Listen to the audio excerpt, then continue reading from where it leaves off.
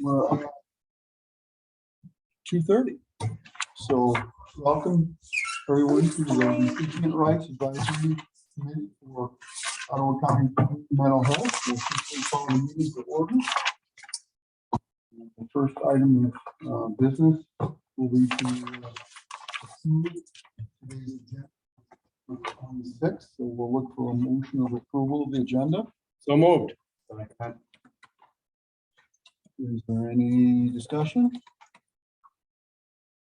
Seeing none, all those in favor of approval of the agenda indicate by saying aye.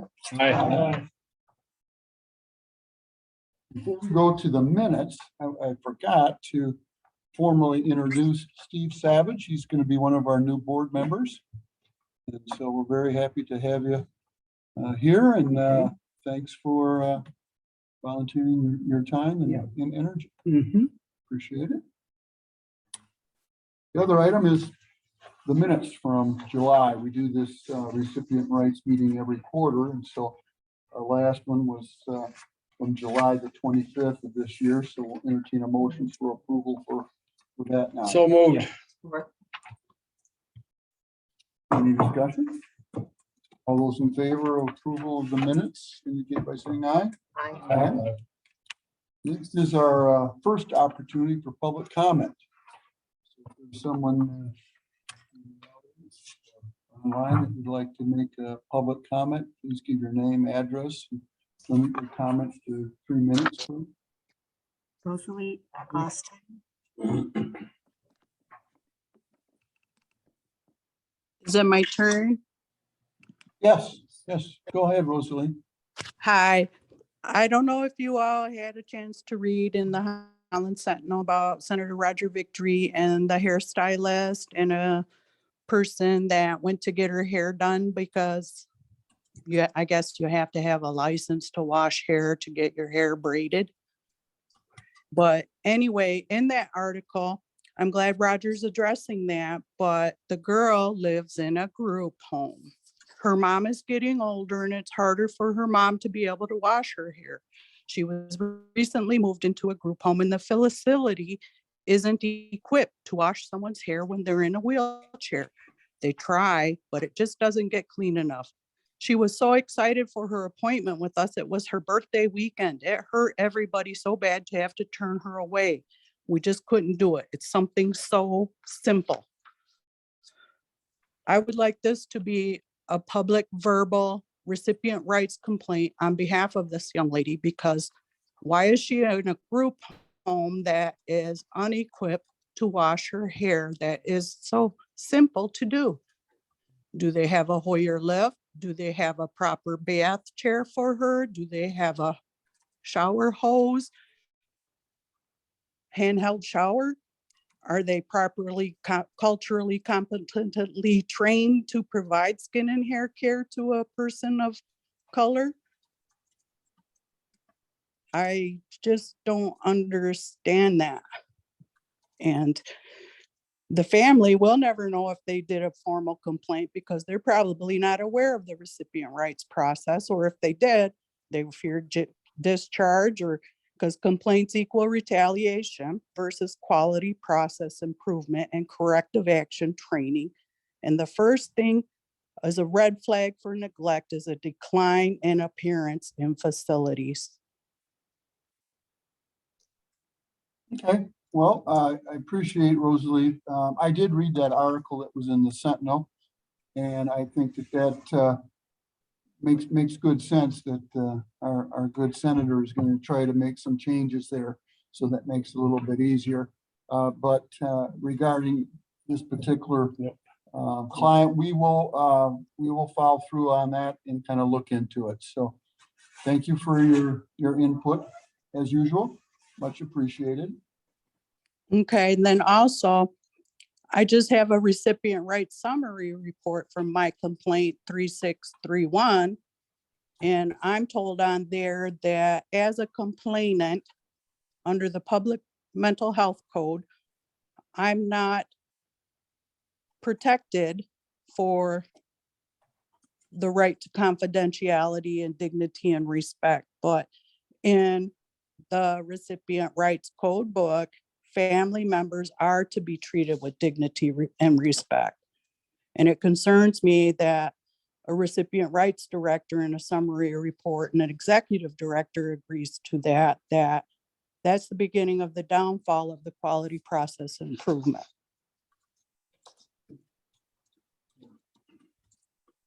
Okay, all right. Thank you. We will, we'll follow up once again on your concern. Is there anyone else? Michelle Massey Barnes. Michelle? Can you hear Hi, us? yep, I can. My name is Michelle Massey Barnes, and I also wanted to go on record with my concerns about that situation. I am the mother of a child with a developmental disability, and I have lived firsthand how difficult it is navigating this system and understanding what should and should not be allowed. I echo Rosalie's concerns that a lot of families do not know what could be considered a recipient rights violation, and they don't understand the process for reporting. So I, as another community member and as a mother with a child in this community, I also feel that it's very important to stand up for other individuals and stand up when I see injustice. So thank you for documenting that there are 2 concerned families about this particular situation. Thank you. It will be noted. Anybody else on public comment?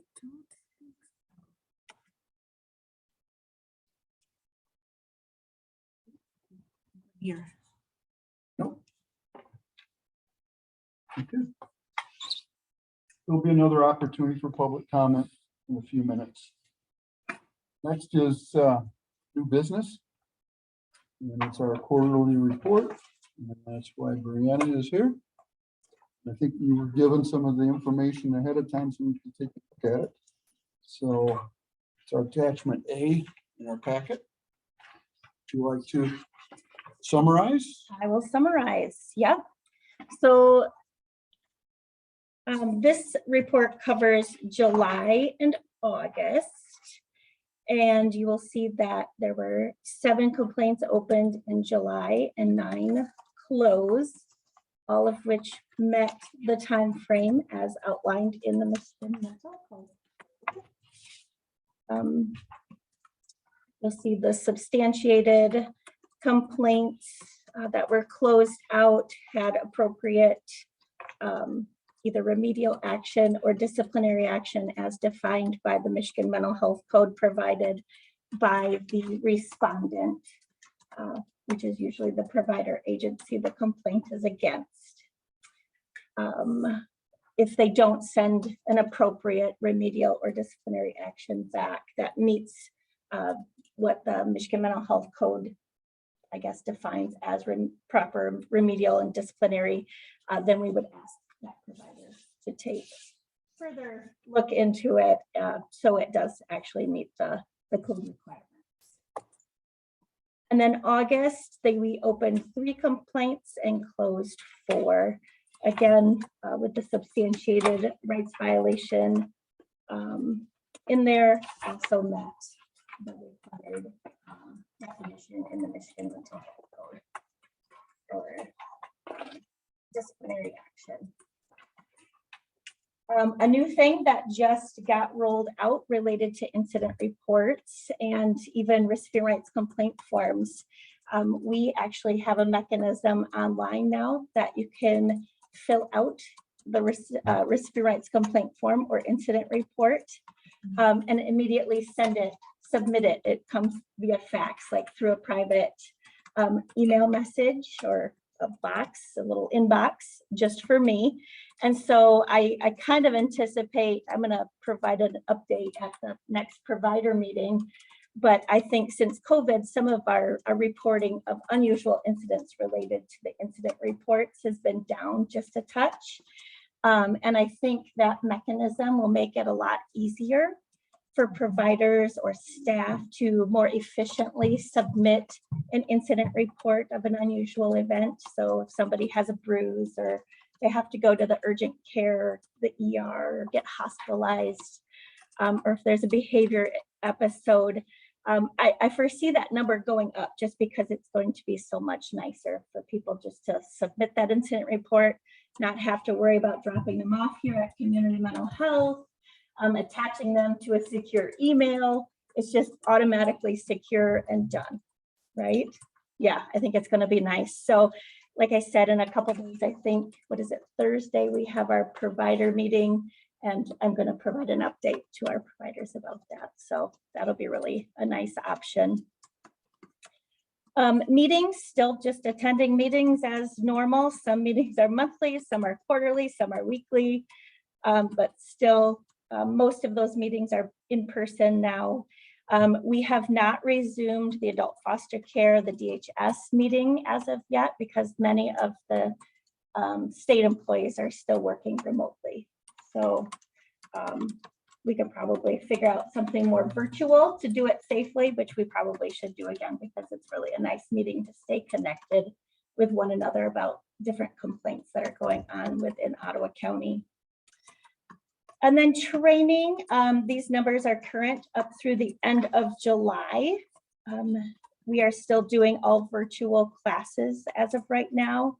There's a few different options through the Network 180 system, or the Improving Michigan Practices has a 4-hour-ish recipient rights training that people can participate in. That training, I'm told, has some mechanism where you can kind of start and stop and not have to do it all in 4 hours. So it's a little more convenient for people that maybe don't have 4-hour time frame to do the recipient rights training. But you know, if somebody lives closer to a different county that has an in-person training, you know, we always welcome that also, because sometimes coming to Ottawa or doing it virtually isn't always the most convenient. And that is the quarterly report. Questions? Ladies and gentlemen? Okay. The recipient rights policy review and training, the attachments A, B, C, D. The only policy that I made any update to was the family planning policy 1.12. And just a simple addition, instead of just saying providing notice to consumers, I added their guardians and parents of minor recipients. So while I was going through the state attachment on what the policy needs to have, I noticed, oh, well, that's not in this policy, as the attachment that the state gives me had outlined. So I just added that to this policy. But all the other policies meet the state's criteria for what needs to be in them and what will be reviewed next year when they come for our 3-year audit. Good catch. Yeah. Pretty simple ad. Any questions? No? Good, okay. Any old business? So. An opportunity for public comment? Anybody want to make a second opportunity? Not having any indication. If there's no further public comment, we will stand adjourned then for our Recipients' Rights Advisory Committee for this quarter. And we'll go right into, you're prepared for that, right, Patricia? I am, yep. We'll go right into calling our Community Mental Health Board of Directors meeting for today, September the 26th. And our good Commissioner Hope Bloor is going to do an invocation for us, please. Heavenly, please. Our dear Heavenly Father, we thank you for all that you've done for us. We thank you for all the blessings you have given us. We ask that you will make with the decisions that we make here today, and if be done right, current in your sight. Also ask in Christ's name. Please note our mission and vision statements. And this is our first opportunity for public comment for the board of directors. Anybody in the audience or online, if you give your name, your address, limit your comments to 3 minutes, please.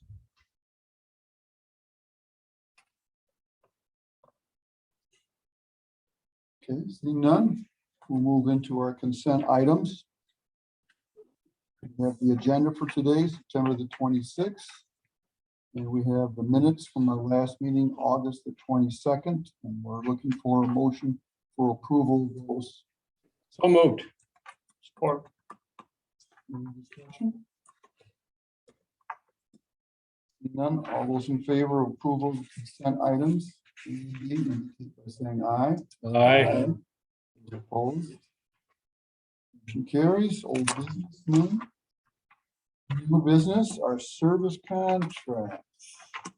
Gina. Hi.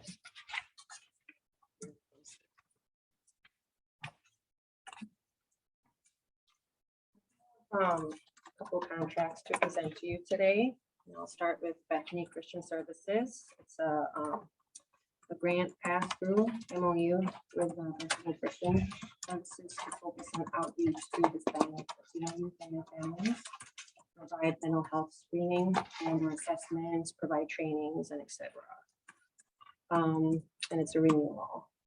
I have Forest View, Manor, sorry. That's through our residential millage funding for helping local partners with cost settling.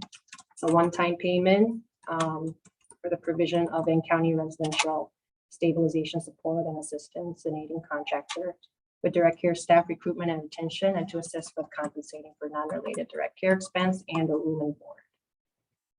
I have Forest View, it's inpatient hospital amendment to implement regional value-based payment model for inpatient hospitalization services through the LRE. And I have Heritage Homes. It's for placement of an additional consumer at Smith AFC. I have a new contract for Gabe Brown Consultant. It's a new contract, once again, professional services agreement between Joanne Brown and CMHOC to provide fiscal advisory and consulting services as requested. And the next is with the MDHHS renewal to place one eligibility specialist to be housed here at CMHOC to provide services to mutual clients as defined in the employee's position description. The cost of the employee shared by the state and us here. Next one, I have Pine Rest Amendment, similar to Forest View. It's inpatient hospital to implement value-based payment model for inpatient hospitalization services through the LRE. Next, I have 4 new contracts through Millage Funding. They're community partner programs, and general purpose for this agreement is to partner with local community providers to expand service capacity for uninsured and underinsured adults and children with mild to moderate mental health diagnosis. Here, Mosaic Counseling, Beacon of Hope, City on a Hill, and Midtown Counseling. I have 2 amendments to Millage Funding as well for community partner programs for the same purpose, and they are Arbor Circle and Bethany Christian Services.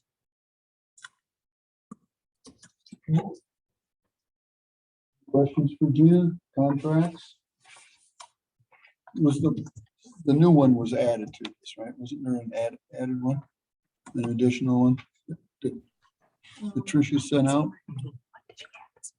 Oh, so it was a correction. Actually.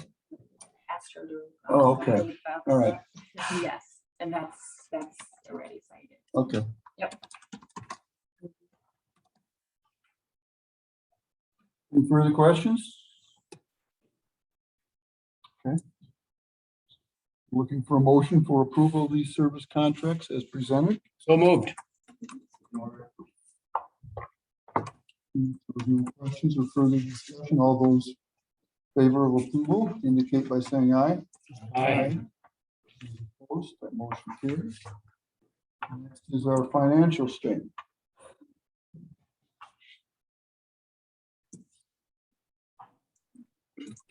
Oh.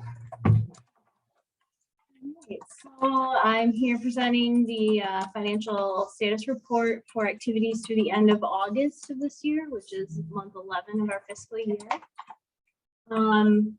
We only have 1 month remaining for fiscal year 22. We're in a good, healthy position overall. You'll see the mental health fund net position, revenues to expenses is in a positive trend. We anticipate that that'll continue. We've done some projections for year end and should be well balanced and in a good position for the end of the year. That's the same for the SUD fund. Again, overall net position at about plus 1.1 million. As of the end of August. Our millage fund annual property tax revenues came in slightly under budget, but we've already rebalanced that fund. Once the fiscal year is finalized, we'll rebalance back to zero and carry forward any surplus from this fiscal year into fiscal year 23. But overall, good position for the county. Any questions on that financials?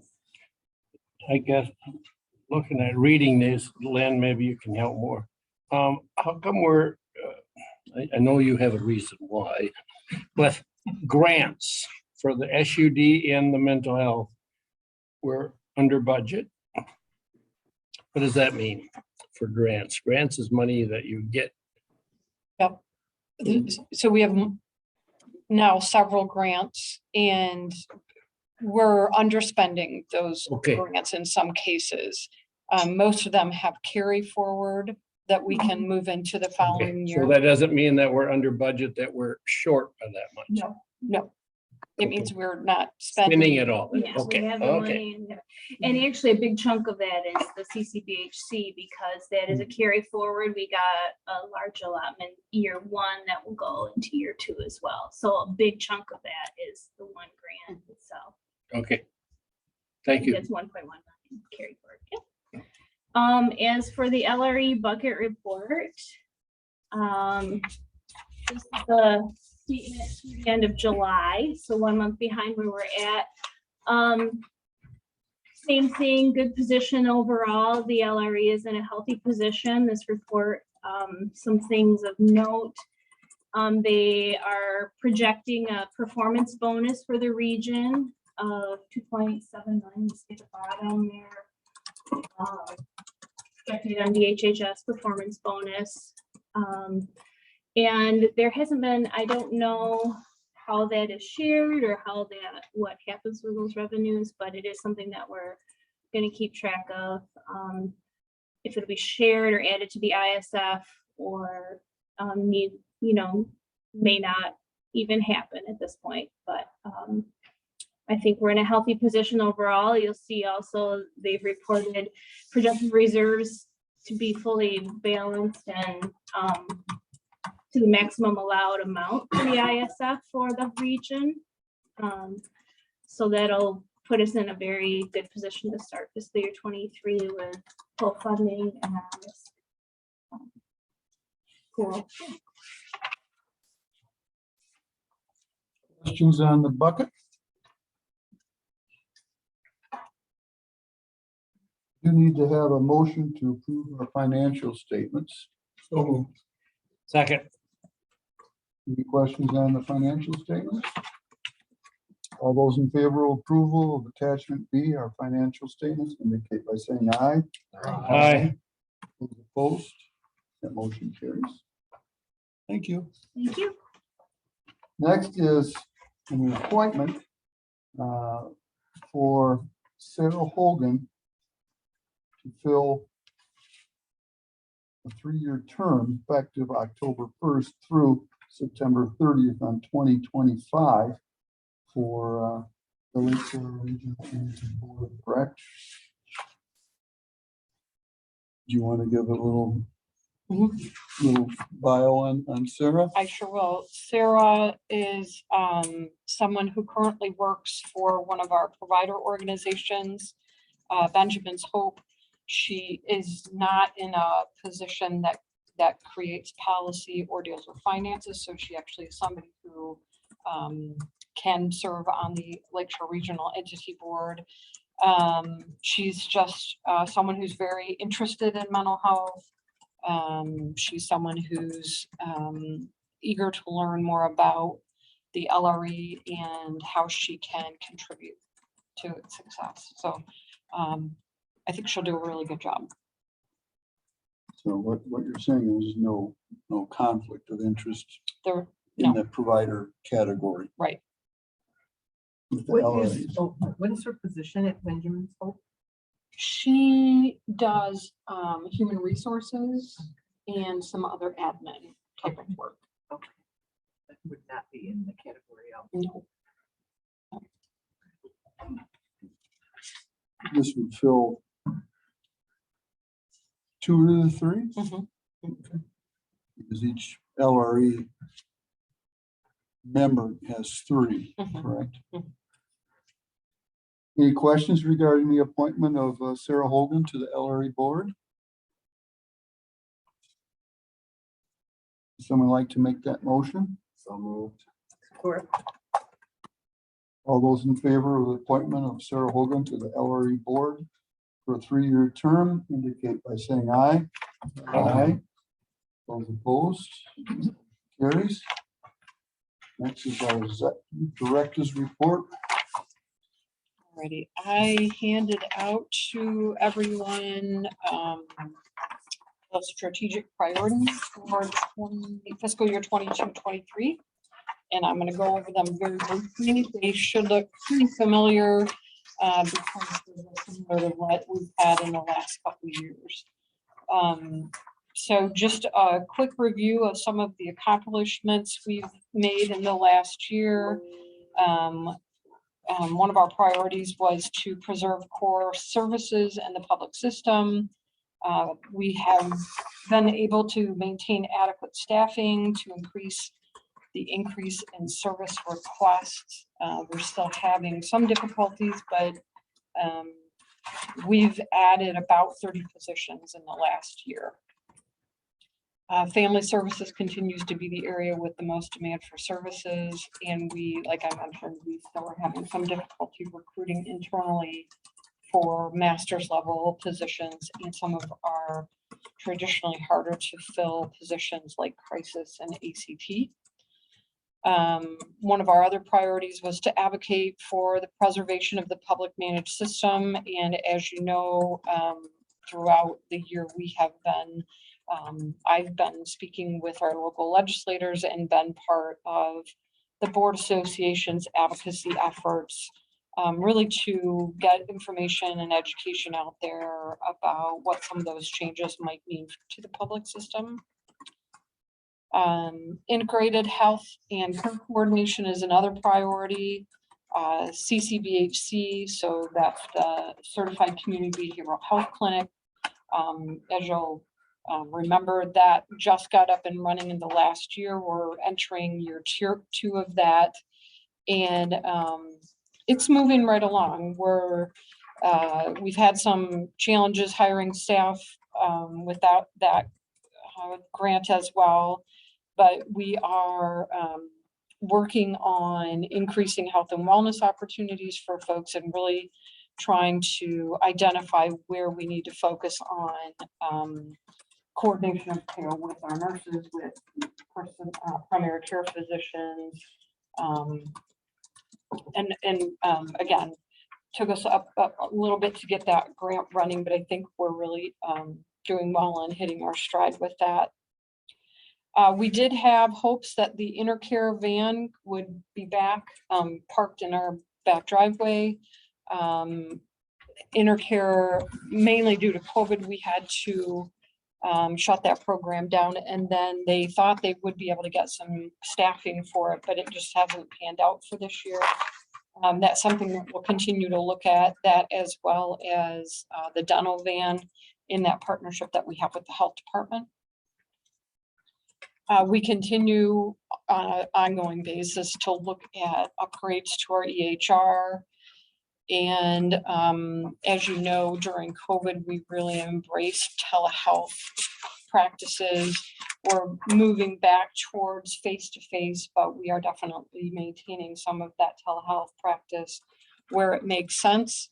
The department is, when the public health emergency ends, they have a policy that will further limit telehealth practices in which codes we can use without seeing people face to face. So it'll narrow it down a little bit, but they did listen to some feedback about using telehealth as a means to supplement,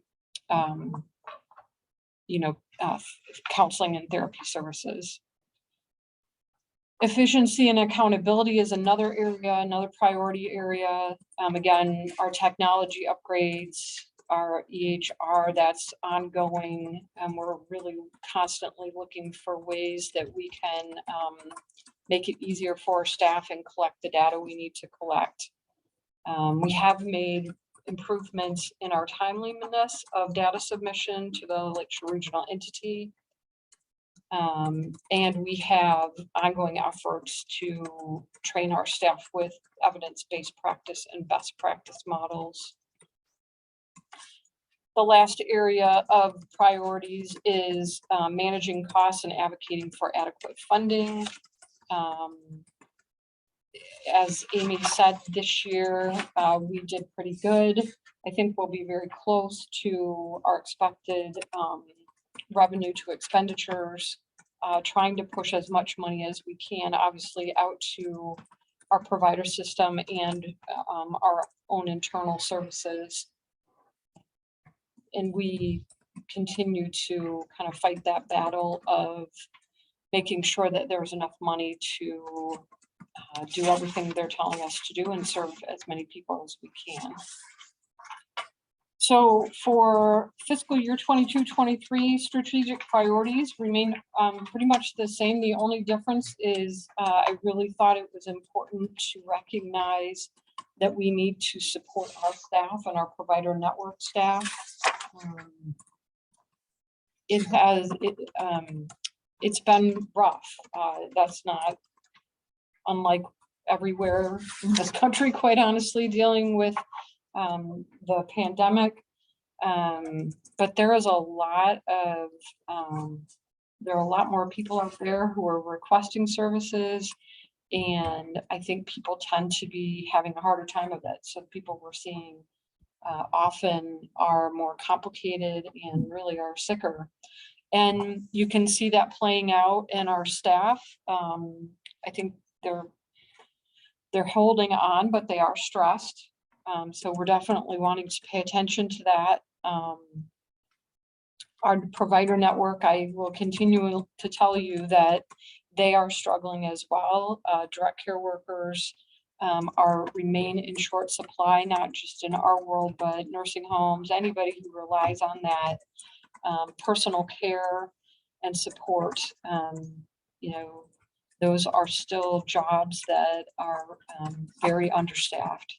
So to the best of our ability, through, thank goodness for our millage programs, we've been able to help out our provider network by providing some additional funding to allow them to pay for things that Medicaid won't pay for, like overtime.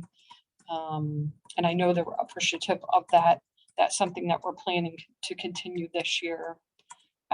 Gina mentioned some of those contracts with our community partner organizations. That's also a way to not only increase the availability of programming out in the public, but also those millage funds will then help to bolster up some of those community providers who rely on fundraising a lot of times to make their ends meet. So I think that will go a long way in providing more services to our community. So the other things listed on here for strategic priorities, preserving horses in the public system. We will continue to pay attention to the Senate and House bills. There should be some resolution pretty quickly on those as we're drawing to the end of the year.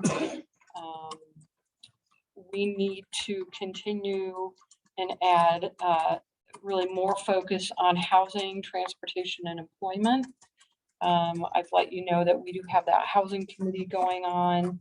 We're planning on sending out a survey fairly soon in the future to try to get a handle on what people's needs are for the future, whether they have an immediate need or they're really looking more a couple years out, but using that data to try to come up with some solutions beyond and above what we were already doing to try to increase those options for housing. Transportation continues to be an issue for some people. That's something we'll look into. And employment is definitely a place where we are gonna, we're already, but we'll continue to focus on helping our folks who are interested in working in the community to do that. Under integrated health and care coordination, I think I've let you know that there are two different funding sources for CCBHC. There's an expansion grant, that's what we have, and that comes from SAMHSA, but there's also a demonstration project that is actual federal dollars going to the Michigan Department of Health and Human Services, and then right on to the PHPs and CMHs. And what we've heard is that that funding source and that opportunity is growing. States will be able to enroll more CCBHCs in the demonstration project. So we anticipate within the year or two we'll be asked if we want to do that. So it's very similar, but there are some changes and some differences between those two models. We'll continue to look at health and wellness opportunities for all of our populations that we serve here, and continue those strategies to collaborate with our partners like our pharmacy and other healthcare providers. Under efficiency and accountability, we have CARF accreditation coming up this year. We've got our MDHH site reviews coming up.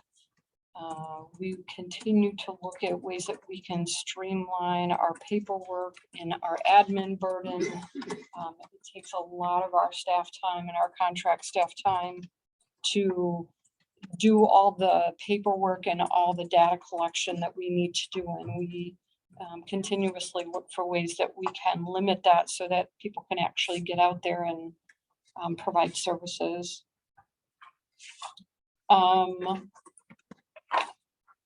I think if you have questions on any of this, I'm happy to answer them. If not, I'll let you look at that. And if you think of something after you've left the meeting and you want to ask, please let me know. And Patricia will definitely get this posted along with the minutes and agenda. Can I, a quick question right now? Yeah. Just you referenced the housing committee. Is that an LRE or is that just Ottawa? Mm-hmm. Do we work with our elderly partners on some of the housing needs? So one of the things we've done in the last couple of years is we've a registry of all the homes that we contract with throughout the region. And that registry gives a little bit of information about what type of home it is, who they serve, how many beds they have. So that instead of just being able to kind of look at our own in-county and the places that we know about, it's really opened up the ability to see where there might be other opportunities for residential placements. So there's an ongoing committee that is meeting to share that information, but also talk about, you know, if someone's aware of an open bed, there's an opportunity to kind of brainstorm about where that person might be able to live. There aren't many options throughout our region and throughout the state. There continues to be truly a lack of beds. The unfortunate thing that we've talked about a couple times in here is providers are typically very weary of expanding, opening up new homes because of the staffing situation. Some of our providers will have open beds that they can't fill because they don't have the staff to work the shift or work in the home. So, and again, we're working on some alternatives, looking at alternatives. One of the models we've been reviewing is a model that uses technology to help people to live more independently. That's still being talked about at a regional level to see if we could attract enough people from the various CMHs to make that worthwhile. The housing work group is really right now focusing on understanding what options are out there for grants or funding opportunities that might help support a group that would maybe want to open up a new residential program. So we've talked to places like Habitat for Humanity, Jubilee Ministries, and that type of thing. So that's the work group that this survey is coming out of. Good. Thank you for that. And it's encouraging to hear about the work with the LRE. You know, I think of how often we've talked about some of our residents who might be living further away than we were. Absolutely. And to work with our LRE really is such a good thing. Thank you for the report. Yeah, welcome.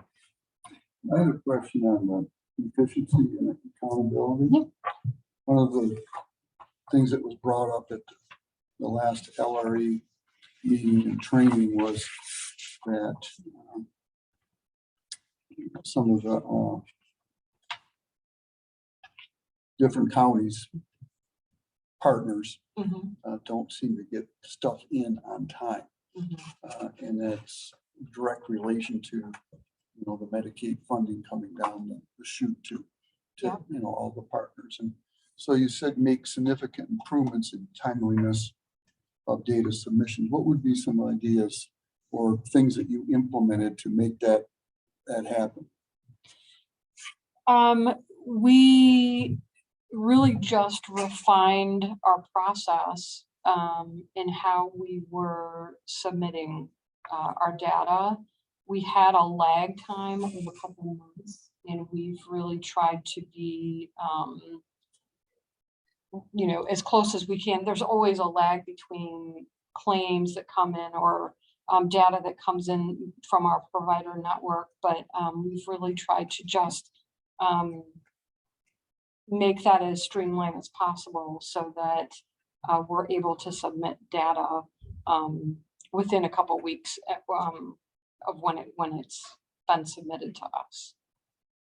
So from a regional standpoint, I know, I think, Matt, what you're referring to is the Lakeshore Regional Entity has been asked for a plan of correction by the Michigan Department of Health and Human Services because they had submitted some reports late. And I know that some of the strategies around that are just continuing to look at the process. I think sometimes data comes into the LRE in different formats. And, we're very willing to work with whatever format works best for the Lakeshore Regional Entity so that, that it's simpler for them to then move that data onto the state.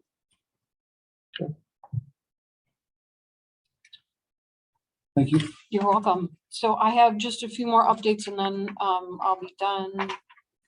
So I don't have any new news on the Senator Shirkey or Mary Whiteford's bills, but obviously the end of the year is pressing on us. So I would imagine we'll hear something in the near future. There was a new House bill introduced, 6355, that would amend pre-admission screening process. So that's the assessment we do out at our local hospitals, emergency departments, to see if somebody should be admitted to an inpatient facility. So we actually do across the state, we do pretty good on that. That's one of our MIMBUS reports. And overall, the state is at about 98% for adults and kids. The standard is 95%, the benchmark.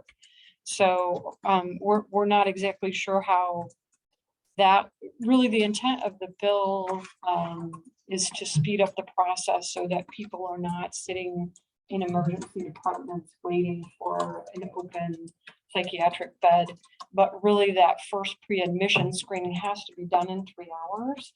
And I'm not sure how making that go any quicker would help with finding a bed. That process sometimes takes days. So the Board Association did gave some a response to that bill and just pointed out that might not be actually the best solution to the problem that does exist. But I'll keep you up to date on that as well if that goes anywhere. Just some news from the Lakeshore Regional Entity. They did submit the DEC Act. That's the declaratory judgment action on September 9th. And again, that's intended to help expedite this historic deficit problem that we've been living with for the last couple of years. And the lawsuit that Muskegon CMH has against the LRE, which is really a state issue.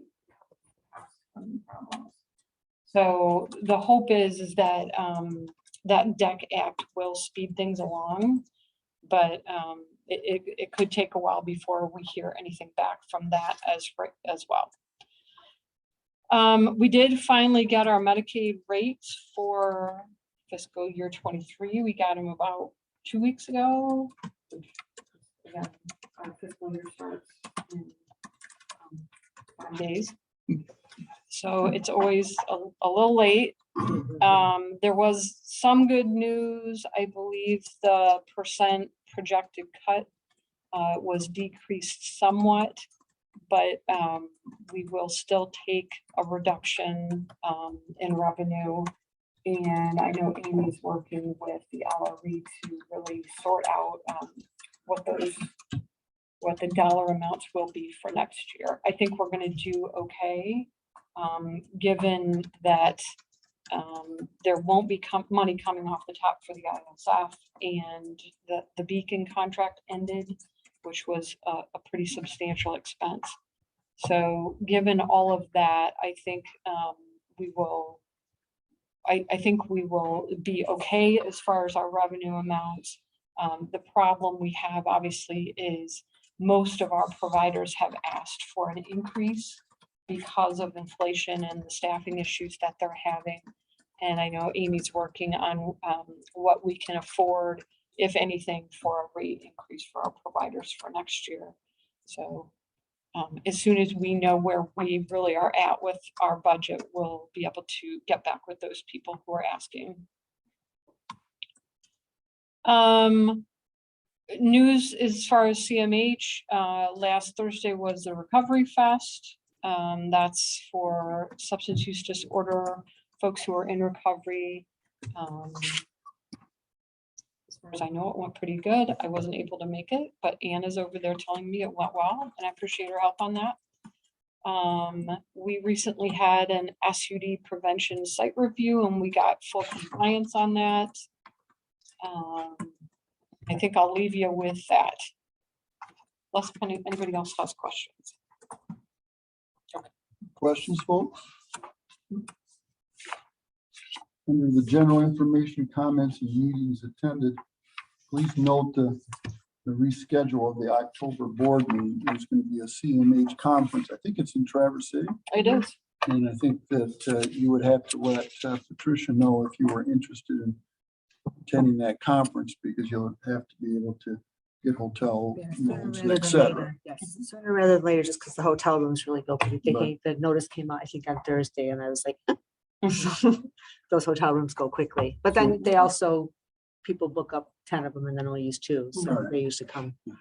So, So if you're interested in attending that conference, please see Patricia. And our next scheduled meeting is October 17th. Same time, same place. And is there anything else for comments from board members? Seeing none, we'll move to our second opportunity for public comment. Rosalie? Hello, ahead. it's me again. My recommendation suggestion is for Epic. It's like the gold standard for electronic health records that would save so much time and improve staff morale at CMH. They would feel so much better if they were up to date with what most health systems are using nowadays, and it would help with integrated care.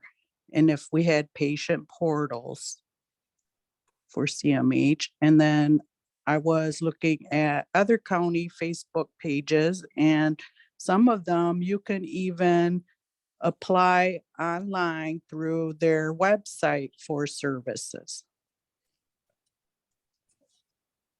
I thought that was pretty up to date. That would be improving efficiency to have it digitized.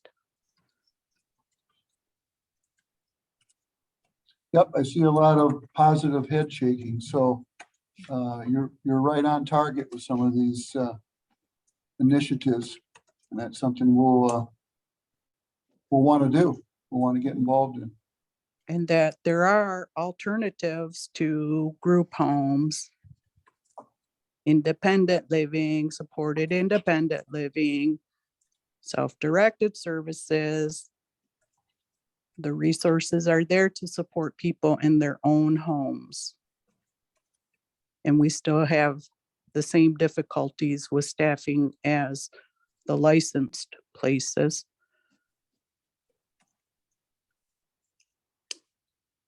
Yep. Agreed. If you can keep someone in their own home and make it work, that's probably the best option to start with. So And most thank you, of these Rosalie. people that are in their own home that need residential, it's because they're not receiving appropriate services to stay in their homes. Some people need simple bathroom modifications that takes years of negotiations to get approval. And back to the newspaper article, that could be a workman's comp issue. That's just another morale issue. That's something so simple to accomplish for health and safety that would just make a difference for everyone involved. Agreed. Well, thank you once again for your input and your comments. Always appreciated. Any other public comment?